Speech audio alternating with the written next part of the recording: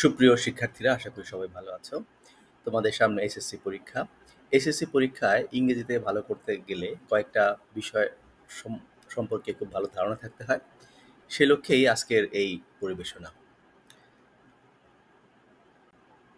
আমরা এক নজর দেখে নেই যে আমাদের এই যে সিলেবাসটা রয়েছে, যে আইটেমগুলো পরীক্ষায় থাকছে সেগুলো হচ্ছে MCQ, open ended questions, information transfer oblique flowchart, summary writing, close test with clues, close test without clues, rearranging, interpreting graph chart, history writing এবং informal letter।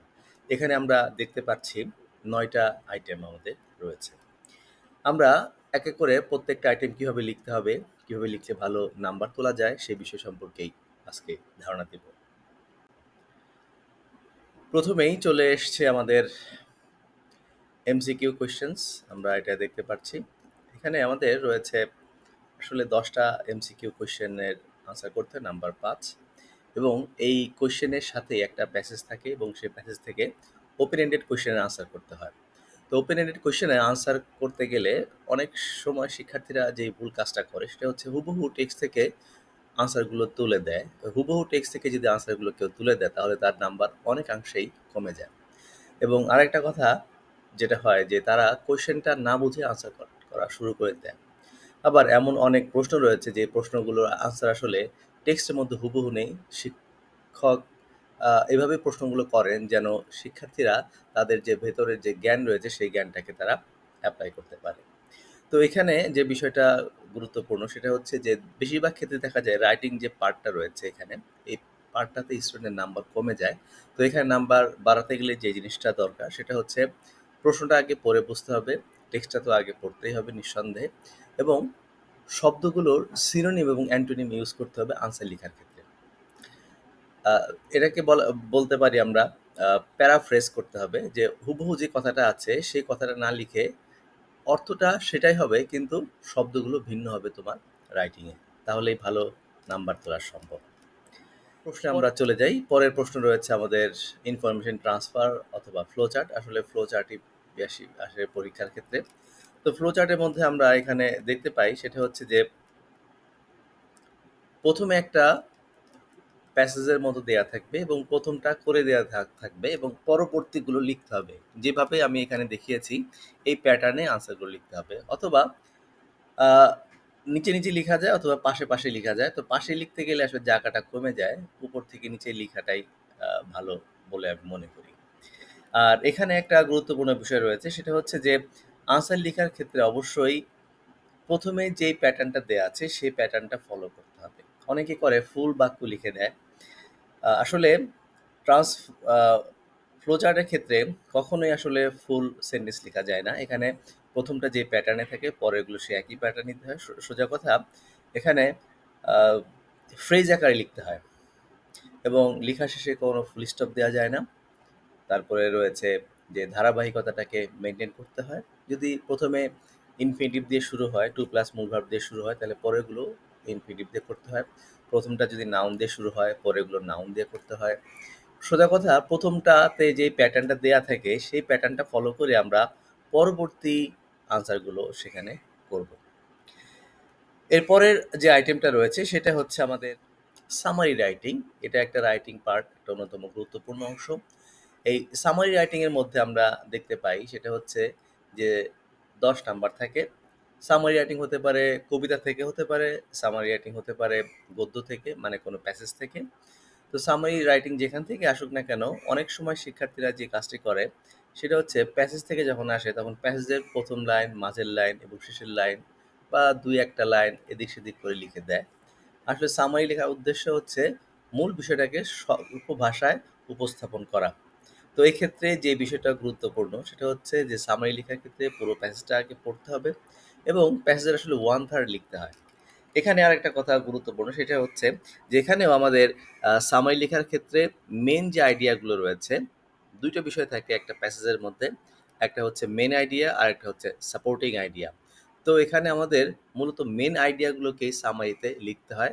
এখানেও একই কথা প্রযোজ্য, সেটা হচ্ছে যে টেক্সটে যে কথাগুলো আছে হুবহু সেই কথাগুলো না লিখে সেই কথাগুলোই বোঝাবে কিন্তু ভিন্ন শব্দ দিয়ে, ভিন্ন বাক্যের আঙ্গিকে এই কথাগুলোকে উপস্থাপন আমাদের করতে হবে, তাহলেই ভালো নাম্বার পাওয়া এখানে সম্ভব।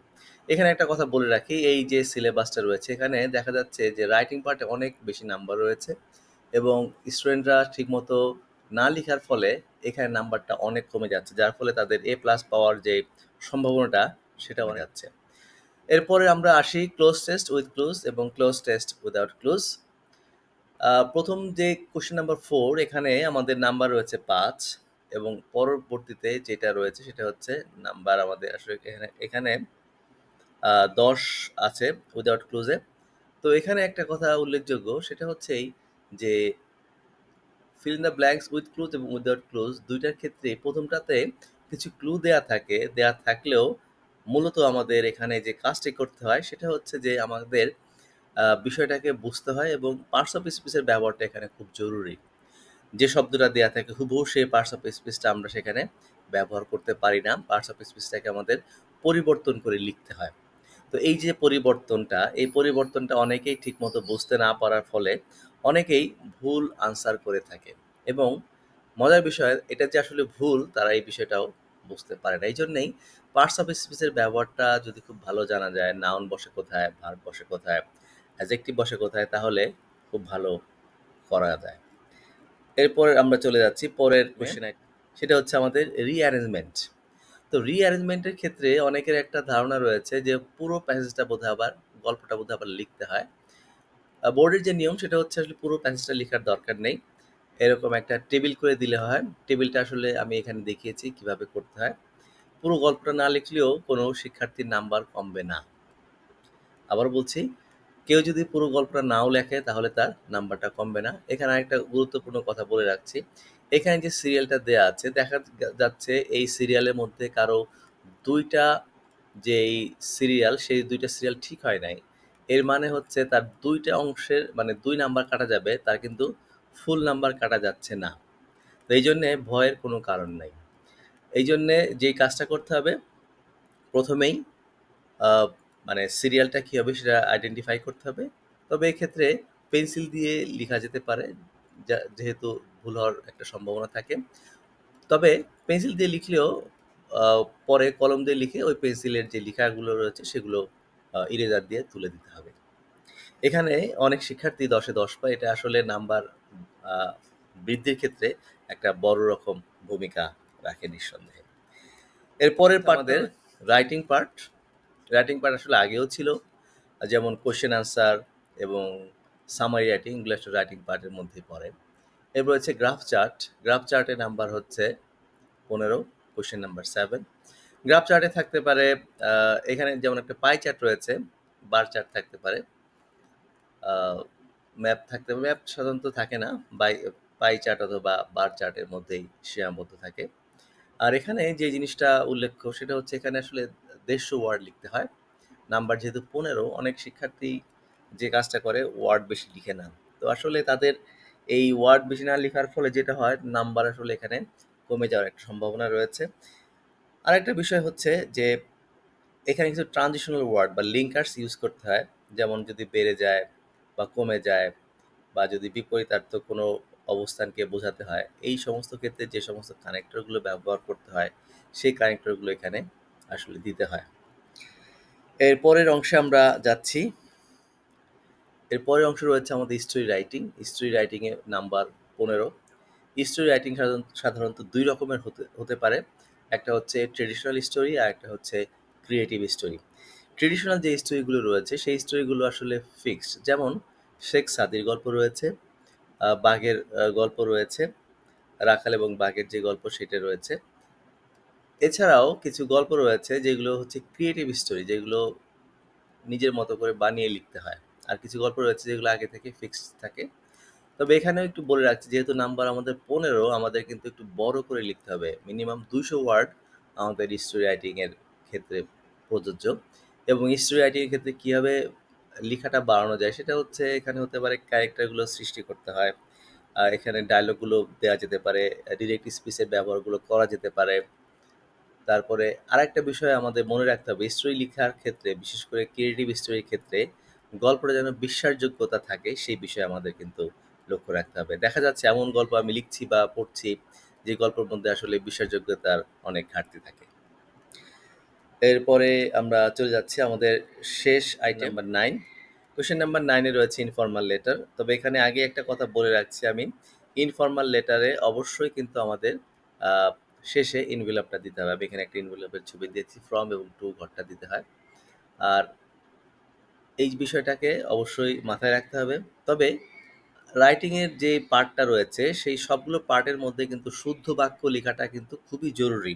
কারণ শুদ্ধ বাক্য না লেখা হলে সেখানে নাম্বারটা কমে যাওয়ার সমূহ সম্ভাবনা রয়েছে। সেই ক্ষেত্রে আমি মনে করি স্টুডেন্টরা যদি শুদ্ধ লেখে, কম লেখুক, তাতেও কিন্তু ভালো নাম্বার তারা ক্যারি করবে। আমরা শেষ দিকে চলে এসেছি। শেষ দিকে আমরা কিছু ধারণা দিচ্ছি আসলে আমাদের কি করণীয় বা কি করলে আমাদের ভালো হয়, সেটা এখানে বলে রাখছি। টাইম ম্যানেজমেন্ট একটা অনেক বড় ফ্যাক্টর। অনেক শিক্ষার্থী প্রথম দিকে অনেক সময় নিয়ে নেয় একটা কোশ্চেন লেখার ক্ষেত্রে, এই বিষয়টাকে একটু মাথায় রাখতে হবে। আর সর্বোপরি আমাদের দরকার হচ্ছে শুদ্ধ বাক্য লেখা, এবং আর একটা বিষয় রয়েছে সিকোয়েন্সিয়ালি লেখা, মানে কারেক্টলি লিখতে হবে এবং একই সাথে নাম্বারের যে সিরিয়াল রয়েছে সেটা লিখতে হয়। কারণ হচ্ছে এইভাবে যদি স্টুডেন্টরা না লিখে তাহলে স্টুডেন্টদের নিজেদেরই ক্ষতি। কারণ হচ্ছে যে বোর্ডে যেটা কাজটা হয় যে সবগুলো নাম্বার সিরিয়ালি সেখানে ইনপুট করতে হয়, বিশেষ করে খাতার উপরে দিতে হয়। যে কোনো শিক্ষার্থী যদি এগুলো ঠিকমতো না লিখে, দেখা যাচ্ছে 1 নাম্বার প্রশ্ন লিখেছে এবং 1 নাম্বার প্রশ্নের কিছু অংশ লিখেছে একেবারে শেষ পৃষ্ঠাতে। তো যার ফলে তার নাম্বার প্রাপ্তি দেখা গেল শিক্ষক হয়তোবা ভাবছেন সেই শিক্ষার্থী হয়তোবা লিখছেনই না। তো সেই ক্ষেত্রে এই বিষয়টাকে মাথায় রাখতে হবে যে পুরো যেই কোশ্চেনের যেই ধরনটা রয়েছে প্রথম থেকে শেষ পর্যন্ত লিখে যাওয়া। আর শেষ কথা হচ্ছে রিভিশন দেয়া। অনেক সময় আছে যে জানা জিনিস অনেক ভুল হয়ে যায়, স্পেলিং মিস্টেক হতে পারে, তারপরে আইডিয়ার যে বিষয়গুলো আছে সেগুলো হতে পারে। আরেকটা বিষয়, বিশেষ করে রাইটিংয়ের ক্ষেত্রে লিখার আগে একটু চিন্তা করে নেওয়া, ব্রেন স্টর্ম করা। তাহলে কি হবে, 2 লাইন 3 লাইন লিখার পর লাস্ট লাইনে গিয়ে অনেকে আর লিখতে পারে না। সেই বিষয়টা আশা করি হবে না যদি আগে থেকে একটু প্ল্যান করে নেওয়া যায়, একটু আউটলাইন করে নেওয়া যায় সেই ক্ষেত্রে।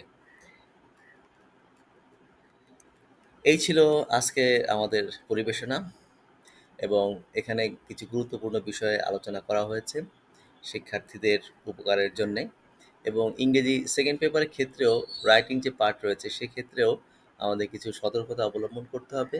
এবং রাইটিংয়ের ক্ষেত্রে ফার্স্ট পেপারই বলি এবং সেকেন্ড পেপার বলি, 2 পেপারে কিন্তু অনেকগুলো বিষয় মিল রয়েছে, এবং সেই বিষয়ে যদি শিক্ষার্থীরা মনোযোগ দেয় অবশ্যই তারা পরীক্ষায় ভালো করবে। তাদের উত্তরোত্তর সাফল্য কামনা করছি।